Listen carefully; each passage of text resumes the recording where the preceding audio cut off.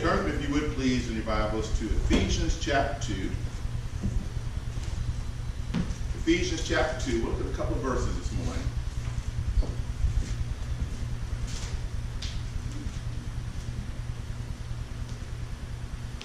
Ephesians 2.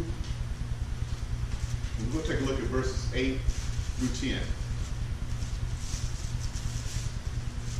Because there's one thing that everybody at times struggle with is self-esteem. And it really will kind of show itself in one of two ways. It'll either show it as being someone who's very amiable and very shy and very bashful and won't talk to people and won't, interact with others socially. But another way it will show itself that you really would go, really? Is someone who's very confident, very sure of themselves, and very forthright, and willing to call everything down, and willing to confront any situation. You may think, well, that's somebody who's probably, very much of high esteem. And in reality, you're really looking at somebody who's also struggling with an esteem issue. They'll either very closed-minded and shut down, or they'll be very bold and very brash, and someone that when you see them, you hope that you can get away from them before they see you.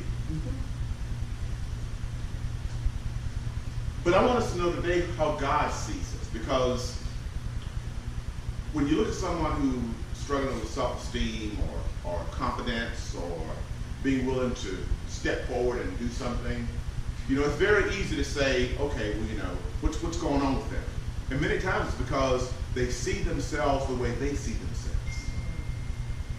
They see themselves based upon voices they've heard from other people, how they've been treated. It's the same situation when you go to see a professional. The first thing they say is, tell me about your childhood, because there's something that is shaping people's lives that really is not the way God sees them. We talked last week in Psalms 139, didn't we, about how every day of your life was preordained when you were yet in your mother's womb, about how you were knitted together, how God sees you. And I want to kind of keep that thought going today, because it's important for us to see ourselves not the way we see ourselves or the way others see us, but how God sees us. Paul does a great job of that when we look in Ephesians chapter 2. And he starts, first of all, by helping us to understand who we are in verse 8, because we really need to know who we are.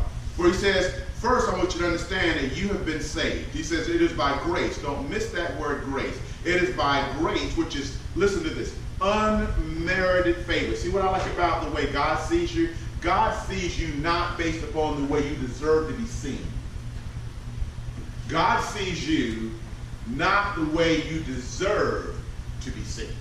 When people see you, they see you based upon probably how you deserve to be seen or how they perceive you to be seen. There's a common statement. Perception is everything. And really it is as far as people are concerned.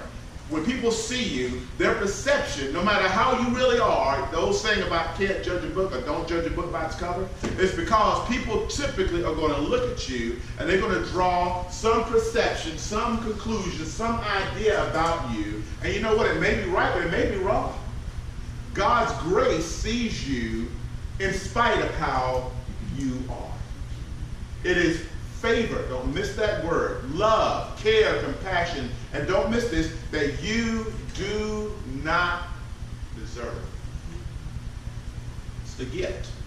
So first it is by grace that you have been saved, and what's the vehicle of this? Through faith. It's not going to be through fact, it's not going to be some understanding, but what we often don't want to apply is faith in trusting God, and really it's this believing how he sees you and what he says about you to be true in spite of how you see yourself or what others say about you. Which voice rules in your life? Is it the voice of those who are your peers and your opinionators? Is it your own voice? Or is it God's voice? And that's really important for us all to stop and think about. Which voice shapes your life? I submit to you, many of us, it's the voice of other people. Or it's our own voice, based upon our own failures, our own fears. I want to encourage us today we are not truly living if we are not allowing God's voice to be what shapes who we are. It's called potential, because God speaks potential into your life. Promise. God speaks promise into your life. Peace. God speaks peace into your life. Do you ever hear voices that are causing you to be frustrated and worried and, and not and fearful, right? And afraid and low esteem? Then you're not hearing God's voice in your life. You're not hearing God's view of you. So I want you to understand that it's unmerited favor that God sees you in. So much he loves you for that he saves you from sin. He saves you from a godless eternity. He saves you to be his own because he loves you. And I wonder if we really stop in the heat of our moments, stop and really say, I have a God who's a heavenly Father who loves me. Who, in spite of myself, desires me. Who is for me, not against me. Who wants to lift me up when I find myself. I don't know if you really think about it that way, but he's saying, I want you to understand this, and it comes by through faith. Listen, this is not from yourself. See, you left yourself, you will not see yourself the way God does. But look what he calls it. It's what? A gift. It's a gift. That's why it's called the gospel, which means the good news. The good news is you don't work for God's love. The good news is you don't have to do enough right things to be seen right before a holy God. He sees you in spite of where you are because he sees what you can become, not what you are. He sees you with unmerited favor. And I submit to you, many of us don't see ourselves as favorable. We don't see ourselves the way God sees us. We don't see ourselves as being the apple of his eye. That's what we are. And that's how he sees us. And he's looking to encourage us. And he says here, it's a gift, not by works. Why though, verse 9? Why? Because he doesn't want anybody to give a boast and say, I did it on my own. I did it my way. I did it I'm the one. I'm the man. No. He's the one. He's the man. He gets the glory. And he loves you. How does he see you? Verse 10. See, I'm not making this up. I always tell you that because I want you to see it's not what I'm saying, but it's what God is saying about us. Listen what he says in verse 10. For we are God's workmanship. Don't miss that word. The actual root or origin of that word is called a masterpiece. That means you are one of a kind. There's no one in here that is going to be exactly the same as everybody else because God didn't design you to be the same as everybody. Now, we want to make ourselves the same as everybody else. We may not say it, but we want to be like someone, or we want to, which really, if you really knew the truth, you don't want to be like them, trust me. Just because it looks like it may be what you want, you don't want to be like somebody else. We want to be like somebody else. We want to have what other people have. We want to go where people go. We want to do what people do. We see these. We have a hunger. We really do. A desire for the things around us, the people around us. We long. That's where jealousy comes from. That's where covetousness comes from. That's where envy. All those things that cause the fall come from us using others as our standard of achievement. And you can never be like someone else. Quite frankly, it's called, a knockoff. That's it. I think it's called a knockoff when you buy clothes, it's got the emblem on it, but it's a knockoff. And many of us are walking around, we're knockoffs. We want to look like something else, but it's not what we are. You're phony. It's a counterfeit. And we hear words like knockoff and phony and counterfeit. There's nobody's room for say, how many of you want to be a knockoff? How many of you want to be a counterfeit? How many of you want to be a phony? I doubt I'm going to get many hands, hopefully none. No hands coming up. But when I use the word, and here's the thing that's interesting. When I talk about phony, knockoff, right, or counterfeit, we understand what those things are. And, oh, no, I would never want to be that. We mean that. But why is it when I use the word masterpiece? Many of us, in our mind, immediately, we don't even see it the same way. We'll laugh at being phony, counterfeit, and knockoff. Because we identify, we know what that's all about. We don't want to be that. But when we talk about masterpiece, all of a sudden, there's something inside that causes us to say, that's an aspiration I can't achieve. We don't even laugh at being a masterpiece, but we also think it's not for us. We don't joke about being a masterpiece. We hear the word, but somehow in our inner self we say, I hear that, but that is something that will never apply to me. But God says it does. In fact, he has put his fingerprint, his signature on you. And he says, you are perfect. He sees you as authentic. He sees you as awesome. And I don't mean that like in a, oh, I'm awesome. He sees you as precious. He sees you as his all and all.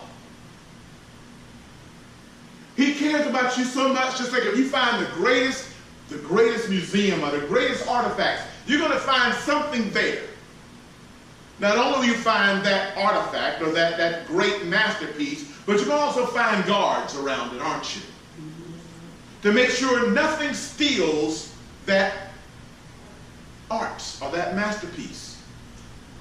God sees you to be so special, he has given his angels charge over you. To keep you in all your ways, to camp out on the very doorsteps of your home, to guard you, to keep you, to protect you. He places a hedge of protection around you to keep you from stumbling or falling or going too far. He loves you so much that sometimes when you see these constraints in your life, all that is God's guards around you to protect what he has called his own, that he wants to make sure it's not stolen.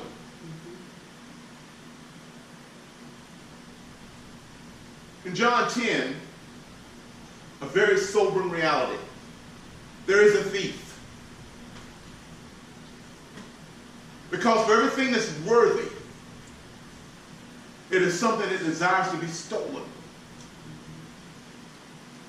And in John 10, if you go back and read John 10, it's a beautiful chapter where Jesus talks about the shepherd, speaking of himself, being the good shepherd, and how his sheep know him and know his voice.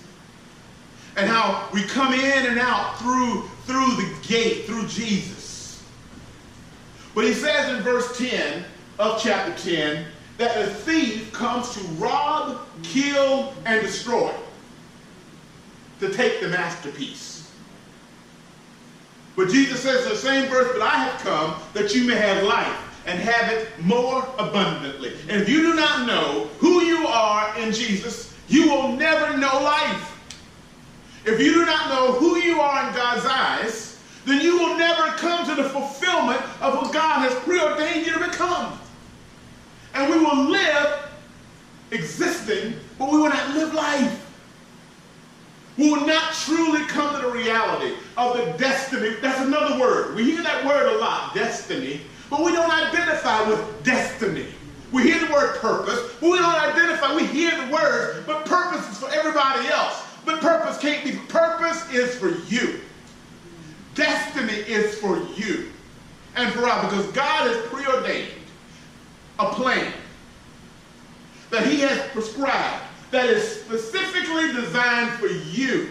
That when he created you, he laid it out. He's got a plan. In fact, in Jeremiah, he gave that prophet a promise to the people of that day. He says, the eyes of the Lord are ranging throughout the whole world, looking to strengthen those who are fully committed to him. He's looking for only one person who will choose to trust him and believe what he has said about them. And by faith, walk in that belief. Whenever you hear or think or believe that you are nothing, all you have done is bought the lie of the enemy. Whenever you feel that you don't have you're not worthy of existing or of being or of having hope, all you've done is bought the lie of the enemy. That is not the gospel. That is not the promise God has for you. He has designed you to glorify him on the earth until the day of his return. To be called a Christian means that you are like Christ. That when people see you, they see him. That only comes through people who will let their light shine. He says you are the city of the world. You are a light on the hill. He wants you to, don't leave it under a basket. Don't hide who you are. Well, if you don't know who you are, you won't be who you are, so therefore your light won't shine among the masses. And people all want one thing. They want several, but I'm going to give you two things they want. They want peace and they want hope. I don't care who you find, they want peace and they want hope. If you know who you are in Christ, the first thing you'll have is peace. Because it won't matter what other people say, think, or do. It won't matter how they perceive you or how they treat you. It'll be like a duck, the water rolls off. It's there, but it's like a sparrow. I think about the Proverbs. So like a sparrow flies in the sky, it doesn't touch you. Because you are confident in who God says you are.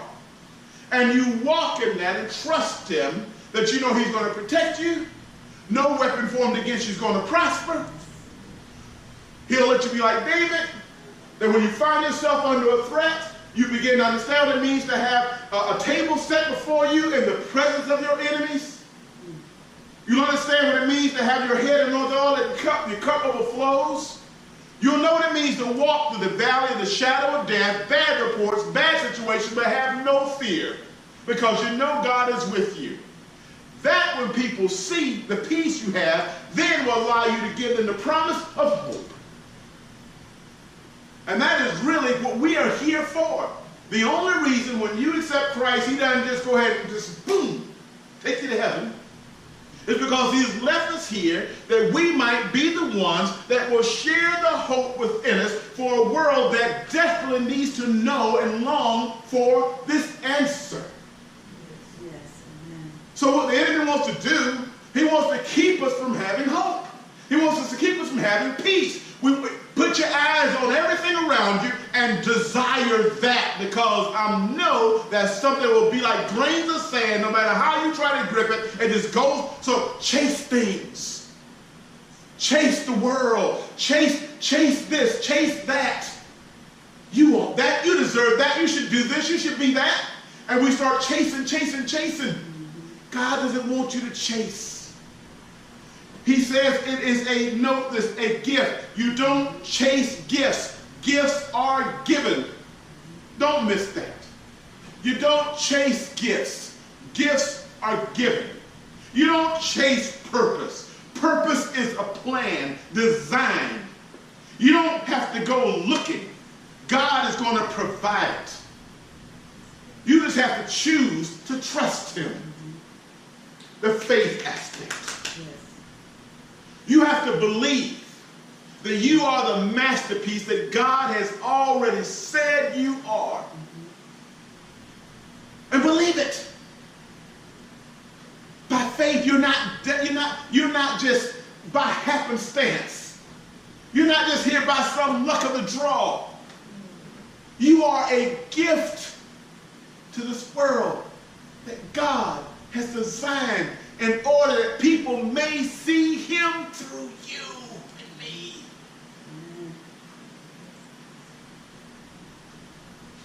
That's how God sees you. And you may say, well, Pastor, you don't know my life. You don't know what I'm going through. You don't know all the trouble I'm having. You don't know how defeated I am. You don't know how beat up I am. My wife is a connoisseur of old things. She can see something. When I see something old, I just say, oh, God.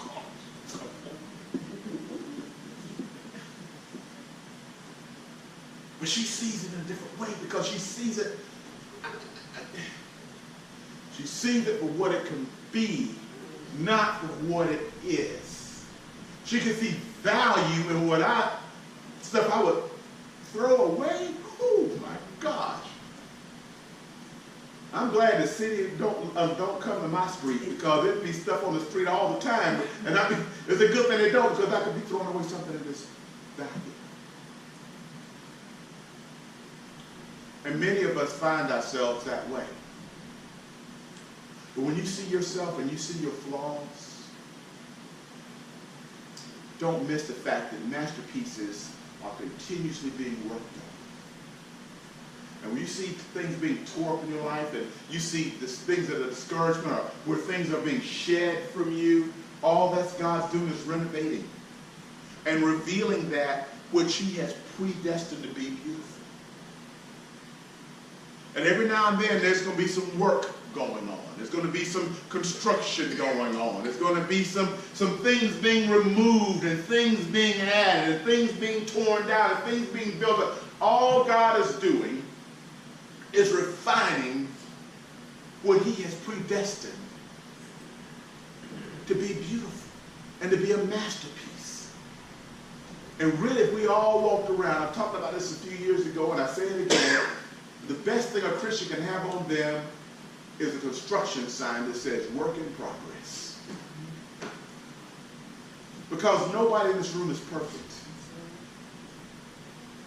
We all are a work in progress that God has said is a masterpiece.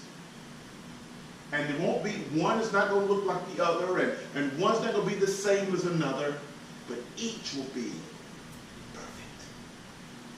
One of a kind. Awesome. As we leave here, I know women are this way, but women, I'm going to share something with you. Men are the same way about certain things too. You say, how I know this stuff? I don't know. The last thing a woman wants is to go into a party and see another woman wearing the same dress she's got on.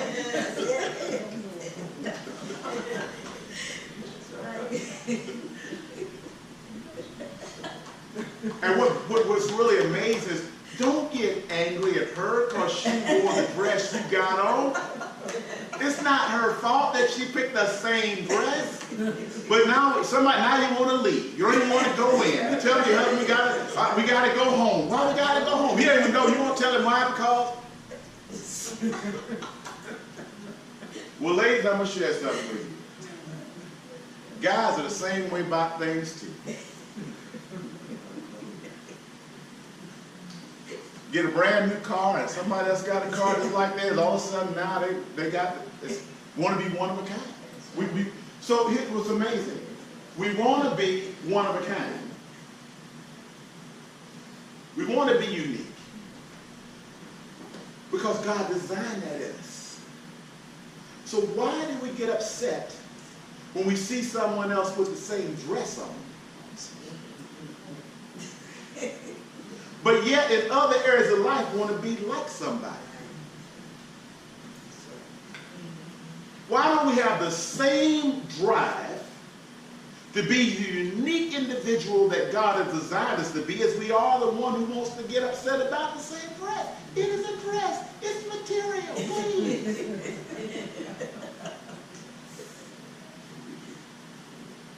We should have that same passion about being the unique people God has designed us to be.